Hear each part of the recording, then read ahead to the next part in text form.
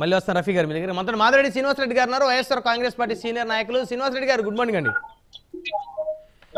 Good morning అండి మీకు, prime line Rafi గారికి, మిగతా పాల్గొన్నటువంటి తోటి ప్యానలిస్టులందరికీ కూడా గుడ్ మార్నింగ్. శ్రీనివాసరెడ్డి గారు, అధినేతల ప్రచారంతో ఏపీ రాజకీయ రణరంగాన్ని తలపిస్తా ఉంది. అయితే ఇక్కడ రఫీ గారు మాత్రం ఎన్నికలు రావటమే ఆలస్యం, ఆల్రెడీ డిసైడ్ అయిపోయింది, పబ్లిక్ జగన్మోహన్ రెడ్డి గారిని ఓడించి కూటమికి పట్టం కట్టేటువంటి ఆలోచనలో ఉన్నారు, ఎన్నికలే ఆలస్యం, ఇంకంతా మిగతాదంతా అయిపోయిందని చెప్తున్నారు. ఓకే సార్, ఎవరి నమ్మకాలు వాళ్ళది. రఫీ గారు అంటే నాకు చాలా అభిమానం, మంచి గౌరవం కూడా ఉంది. ఆయన పార్టీ కోసం ఆయన చెప్పుకోవడంలో కూడా నేను తప్పు పట్టను. కానీ వాళ్ళ విధానం ఏదైతే ఉందో జెట్ స్పీడ్ లో వెళ్ళిపోతున్నాడు. నిన్న కావలిలో పెట్టాడు, పొదిలిలో పెట్టాడు.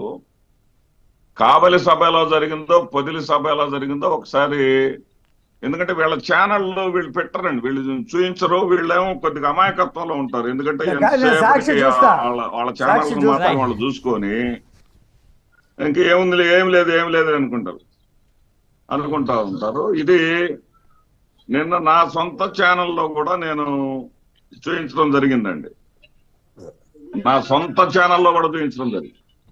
ప్రశాంత్ కిషోర్ కూడా చెప్పేశాడు రెండోసారి. నా సొంత ఛానల్లో ప్రశాంత్ కిషోర్ మీరు ఇస్తున్న జీతాలు తీసుకునేవాడు ఎన్నైనా చెబుతాడులే కానండి, మీరు ఇస్తున్న జీతాలు తీసుకునేవాడు ఎన్నైనా చెబుతాడులే కానీ. అప్పుడు మీరు ఇచ్చారా జీతం? పోయిన ఎన్నికలకి ప్రశాంత్ కిషోర్ గారు మీకు స్ట్రాటజిస్ట్ గా ఉన్నారు కదా, మీరు ఇచ్చారా? వైఎస్ఆర్ కాంగ్రెస్ ఇచ్చాం, మేము ఇచ్చాం, ఇప్పుడు వాళ్ళు ఇస్తున్నారు, వాళ్ళే చెప్తున్నారు. అగ్రిమెంట్ లో లేడు, పని చేస్తున్నానని అతను అధికారికంగా చెప్పాడు, మాకు లేడు, అధికారికంగా చెప్పాడు, లేదు చేయట్లేదని చెప్పాడు. చెప్పిన రికార్డు కూడా మీకు పంపిస్తాను. సరే, మీరు మధ్యలో అడ్డుతగలకండి. తర్వాత 90 కిలోమీటర్ల దూరం ఉంటదండి ఒక చోటకు ఒక చోటకి. ఈ 90 కిలోమీటర్ల దూరంలో బస్సు వెళ్ళిపోయేటప్పుడు వీడియో తీసి రయ్యను పోతుందని చెప్పేసి ఏ ఆనందం అని సురకానందం అంటారు దాన్ని. జనం మధ్యలోకి వచ్చిన తర్వాత జనం ఉన్నారా లేరా, మీటింగ్ పెట్టేటప్పుడు జనం ఉన్నారా లేదా అనేది ముఖ్యంగా చూసుకోవాలి. వీళ్ళ నమ్మకం ఏ పార్టీ నమ్మకం ఉందంటే, ఈ రోజు కూడా ఇప్పుడు ఏమన్నా ఈ యొక్క 2014లో చూసినటువంటి ఈ ముగ్గురు కాకుండా వీళ్ళేమన్నా కొత్త యాక్టర్లా? Bharatiya Janata party, Janasena party, Telugu Desam party 2014లో ఉన్న సీసా కదా ఇది. ఈ పాత సీసాలో కొత్త సార పోస్తున్నారని ప్రజలు తెలియదా? ఈ 2014 నుంచి 2019 వరకు వీళ్ళు ఎరగబొడిచింది ఏంటో చూడలేదా? వీళ్ళు ఏమి హామీలు ఇచ్చారో జగన్మోహన్ రెడ్డి గారు ఒక్కొక్క ప్రశ్న అడుగుతా ఉంటే సమాధానం ఉందా వీళ్ళ దగ్గర? సమాధానం ఉందా? మొహం నెత్తురు చొక్కుందా?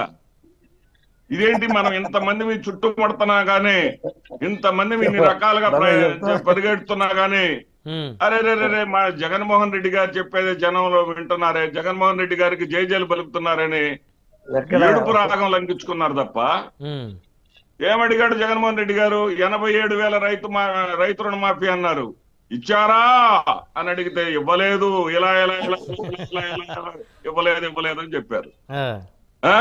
ప్రతి పుట్టిన ఆడబిడ్డకు 25,000 రూపాయలు ఆడబిడ్డ పుట్టిన వెంటనే ఇస్తాను అంటే ఇచ్చారా అని అడిగితే అక్కడ హాజరైన మహిళలందరూ ఇలా ఇవ్వలేదు అని చెప్పారు. జగన్మోహన్ రెడ్డి గారికి ఏమో స్పందన అలా ఉంటే చెప్పుకోవడానికి లేక, చేశామని చెప్పుకోవడానికి లేక, అడిగితే ఏం చెప్తారు సమాధానం అక్కడ ఉన్న వాళ్ళు? ఫలానిది చేశానని చెప్పుకోవడం చేతగాక మీరు కూడా చెల్లెళ్ళంట ఆ చెల్లెళ్ళు తరపున రఫీ గారు సమాధానం చెప్తారేమో. వివేకానంద రెడ్డి గారు 3 వాటాలను మొట్టమొదటి ప్రశ్న అడుగుతున్నా ఆ చెల్లెళ్ళ తరపున రఫీ గారిని చెప్పమని.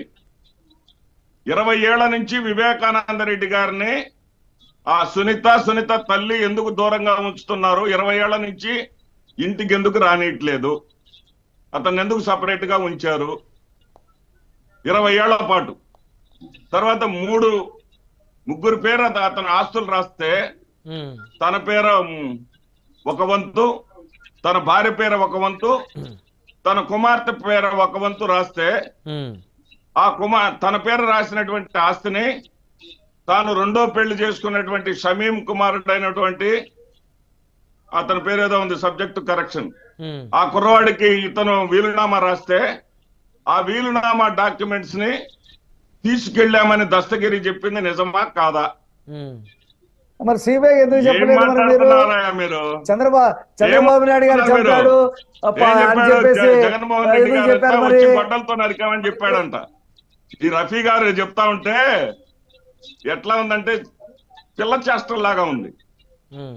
ఆయన చెప్పింది ఏంటంటే సాయంత్రం పూట ఏదైతే ఆ రిపోర్ట్ ఇచ్చారో, ఏది పోస్ట్ మార్టం రిపోర్ట్ ఇచ్చిన తర్వాత పోస్ట్ మార్టం రిపోర్ట్ పేపర్ ని చేతిలో పెట్టుకొని అప్పటి ప్రతిపక్ష నాయకుడు జగన్మోహన్ రెడ్డి గారు చదివాడు. పేపర్ ని చేతిలో పట్టుకొని చెప్పారా గొడ్డలతో నరికారని అని దాని పోస్ట్ మార్టం రిపోర్ట్ ని చదివితే కాదు, గొడ్డలతో 5 సార్లు నరికారని పోస్ట్ మార్టం రిపోర్ట్ లో చెప్పారా డాక్టర్లు? ఆగండి సార్, పోస్ట్ చూసుకోండి, క్లిప్పింగ్ చూసుకోండి.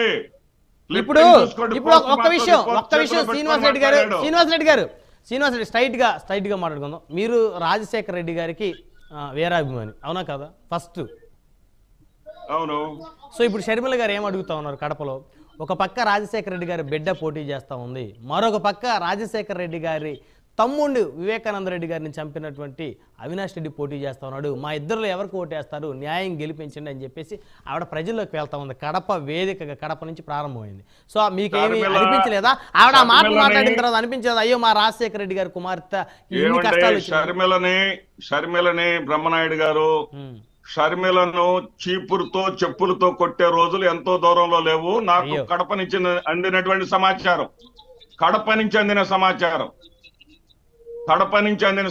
ఎందుకంటే చీపురు చెప్పులతో ఎందుకంటున్నానంటే బద్వేలులో ఇదే దస్తగిరిని వీళ్ళ వెనకాల నిలబెట్టుకుందంట. నిలబెట్టుకోగానే వాళ్ళందరూ అక్కడ ఉన్న వాళ్ళందరూ కూడా గొడవ చేసి దస్తగిరి గారిని ముందు దించుతావా లేదా వేదిక మీద నుంచి అంటే వాడు చెయ్యి ఎత్తి నేనే దిగుతున్నా అని చెప్పి దిగాడు. అసలు బస్సు మీద పెట్టుకొని క్యాన్వాస్ చేసేటటువంటి వీళ్ళని జనం చేదరించుకోక ఏం చేస్తారండి? ఎందుకు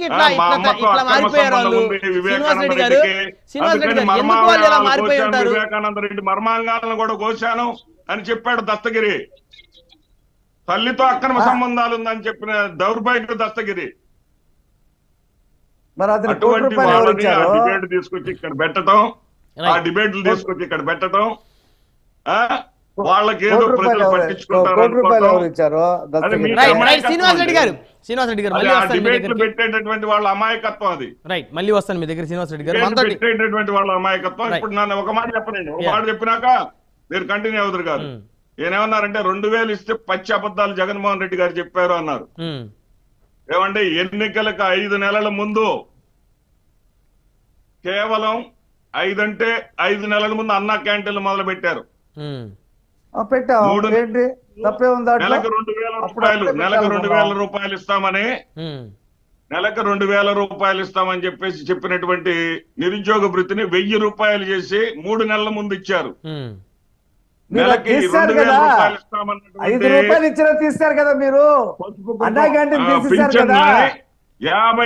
నెలలు 58 నెలలు ఇచ్చింది 1000 రూపాయలే. 59వ నెల 60వ నెల మాత్రమే వాళ్ళకి. చెప్పుకోవడానికి అబద్ధాలు 1000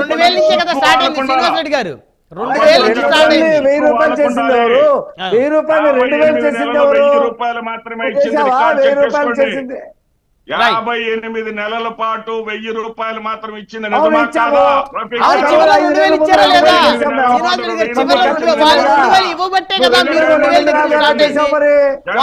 ఇవ్వకపోతే వాళ్ళ 1000 రూపాయలు ఉంటే ఈ రోజు పెంచిన 1500 2000 ఉండేది. వాళ్ళు 2000 చేయబట్టి 2000 నుంచి మీరు పెంచుకుంటూ వచ్చారు. 2000 మేము అన్న మేము 1000 రూపాయలు ఏంటి?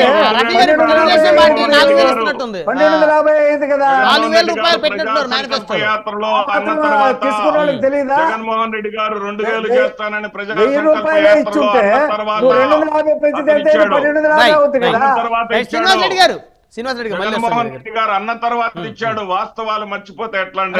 రైట్ మళ్ళీ వస్తారు. ఎప్పుడు రవి గారు ఇంకా మిగతా ప్యానెల్ లో సభ్యులు ఉన్నారు, వాళ్ళు కూడా మాట్లాడాలి. దయచేసి